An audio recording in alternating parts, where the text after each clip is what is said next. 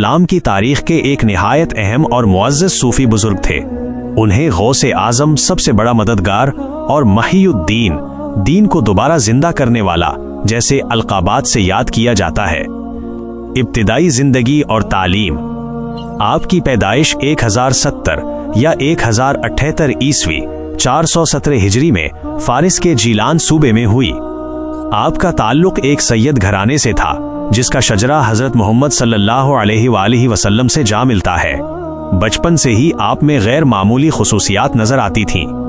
مشہور ہے کہ رمضان کے مہینے میں بچپن میں آپ دن کے وقت دودھ نہیں پیتے تھے، بالکل اسی طرح جیسے کوئی روزہ دار ہو۔ آپ نے ابتدائی تعلیم اپنے آبائی علاقے میں حاصل کی اور پھر عالیز تعلیم کے لیے بغداد کا سفر کیا۔ بغداد میں آپ نے اسلامی قوانین، فقہ، حدیث اور دیگر مذہبی علوم کا گہرا مطالعہ کیا۔ تصوف اور روحانی سفر۔ تعلیم مکمل کرنے کے بعد آپ کا رجحان تصوف کی طرف بڑھا۔ آپ نے ایک طویل عرصہ، تقریباً 25 سال، ویرانوں اور صحراؤں میں تنہائی میں گزارا، جہاں آپ نے اللہ کی عبادت اور ذکر میں وقت صرف کیا۔ کہا جاتا ہے کہ آپ نے 40 سال تک عشاء کے وضو سے فجر کی نماز ادا کی۔ آپ کے روحانی مرتبے اور علم کی وجہ سے آپ جلد ہی ایک عظیم خطیب اور مرشد بن کر ابھرے۔ آپ کے خطبات میں ہزاروں لوگ شرکت کرتے تھے، جن میں بڑے بڑے علماء اور مشائخ بھی شامل ہوتے تھے۔ تعلیمات اور اثرات۔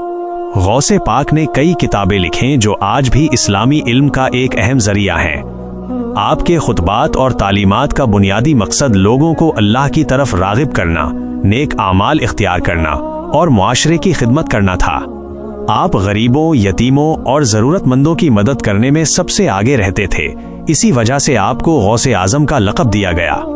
آپ نے قادریہ سلسلہ کی بنیاد رکھی، جو آج بھی دنیا بھر میں سب سے زیادہ مانے جانے والے صوفی سلسلوں میں سے ایک ہے، اور سبق آموز واقعات اور کرامات ہیں جو ان کے روحانی مرتبے اور شخصیت کو ظاہر کرتے ہیں۔ بچپن کے واقعات۔ غیبی آواز۔ کہا جاتا ہے کہ بچپن میں جب غوث پاک دوسرے بچوں کے ساتھ کھیلنے کا ارادہ کرتے تھے تو ایک غیبی آواز آتی تھی، اے مبارک، میری طرف آ جا۔ یہ سن کر آپ فوراً اپنی والدہ کے پاس لوٹ آتے اور ان کی گود میں بیٹھ جاتے۔ یہ واقعہ ان کے بچپن سے ہی اللہ کی طرف سے خاص توجہ کا اشارہ تھا۔ روزہ رکھنے کا واقعہ۔ آپ کی والدہ بتاتی ہیں کہ رمضان کے مہینے میں آپ شیر خوار ہونے کے باوجود دن بھر دودھ نہیں پیتے تھے۔ لوگ جب بھی شک کرتے کہ چاند نظر آیا ہے یا نہیں تو آپ کی والدہ یہ دیکھتی تھیں کہ کیا آپ دن میں دودھ پی رہے ہیں۔ اگر آپ نہ پیتے تو لوگ سمجھ جاتے کہ روزہ ہے۔ باطنی علوم اور ریاضتیں۔ بغداد کا سفر۔ جب آپ بغداد کی طرف علم حاصل کرنے کے لیے روانہ ہوئے تو آپ کی والدہ نے آپ کو 40 دینار دیے اور سچ بولنے کی نصیحت کی۔ راستے میں ڈاکوؤں نے آپ کا قافلہ لوٹ لیا۔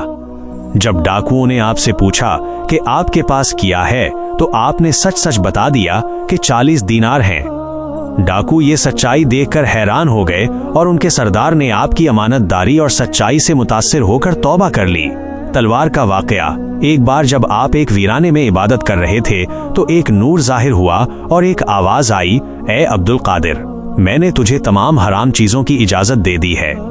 آپ فوراً پہچان گئے کہ یہ شیطان ہے اور اس نے آپ کو گمراہ کرنے کی کوشش کی ہے۔ آپ نے کہا کہ تو شیطان ہے، تو اس نے کہا تم اپنے علم اور فہم کی وجہ سے بچ گئے ہو، ورنہ میں اس سے پہلے کئی عابدوں کو گمراہ کر چکا ہوں۔ کرامات اور مدد۔ دریائے دجلہ کا واقعہ۔ ایک مرتبہ آپ کے کچھ شاگرد دریائے دجلہ پار کر رہے تھے اور کشتی میں جگہ کم تھی۔ آپ نے ان کو کہا کہ وہ گھبرائیں نہیں اور ان کو دریا کے پانی پر چلنے کی ہدایت کی۔ سب لوگ پانی پر چلتے ہوئے دریا پار کر گئے اور کسی کو کوئی نقصان نہیں ہوا۔ کشتی کو ڈوبنے سے بچانا۔ یہ بھی روایت ہے کہ آپ کی دعاؤں کی برکت سے کئی ڈوبتی ہوئی کشتیاں بحفاظت کنارے تک پہنچیں۔ کہا جاتا ہے کہ سمندر میں جب بھی کوئی طوفان آتا اور لوگ غوث پاک کو پکارتے تو طوفان تھم جاتا۔ یہ واقعات اور کرامات ان کی روحانی عظمت اور اللہ سے ان کے تعلق کی گواہی دیتے ہیں۔ غوث پاک کی زندگی لوگوں کے لیے آج بھی ایک روشنی اور رہنمائی کا ذریعہ ہے۔ کہانی اور واقعات درج ذیل ہیں۔ علم اور بصیرت۔ غوث پاک کی ایک نمایاں خصوصیت یہ تھی کہ وہ نہ صرف ظاہری علوم شریعت میں ماہر تھے بلکہ باطنی علوم روحانیت میں بھی ان کا کوئی ثانی نہ تھا۔ علم غیب کا انکشاف۔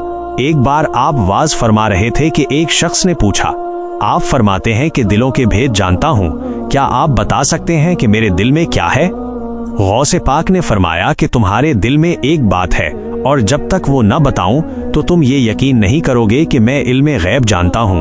उन्होंने उस शख्स के दिल की बात बताई जिस पर वो शख्स हैरान रह गया और आपका मुरीद हो गया।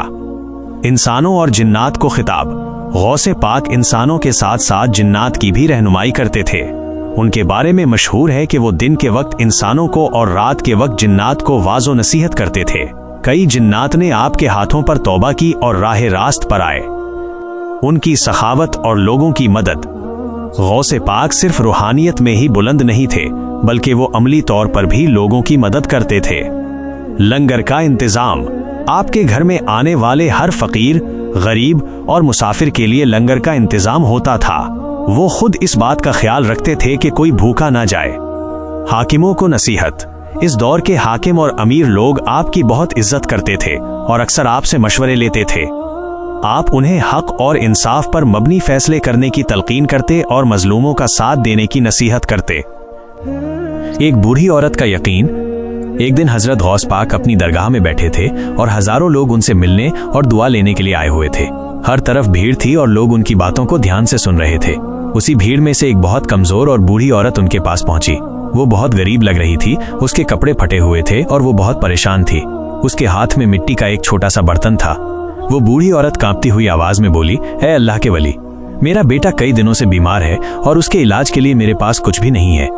मेरे पास सिर्फ ये मिट्टी का बर्तन है जिसमें मैंने थोड़ी सी राख जमा की है। क्या आप अपने मुबारक हाथों से इसमें से थोड़ी सी राख उठाकर मेरे बेटे के लिए दुआ कर सकते हैं ताकि वो ठीक हो जाए? करामत और करुणा।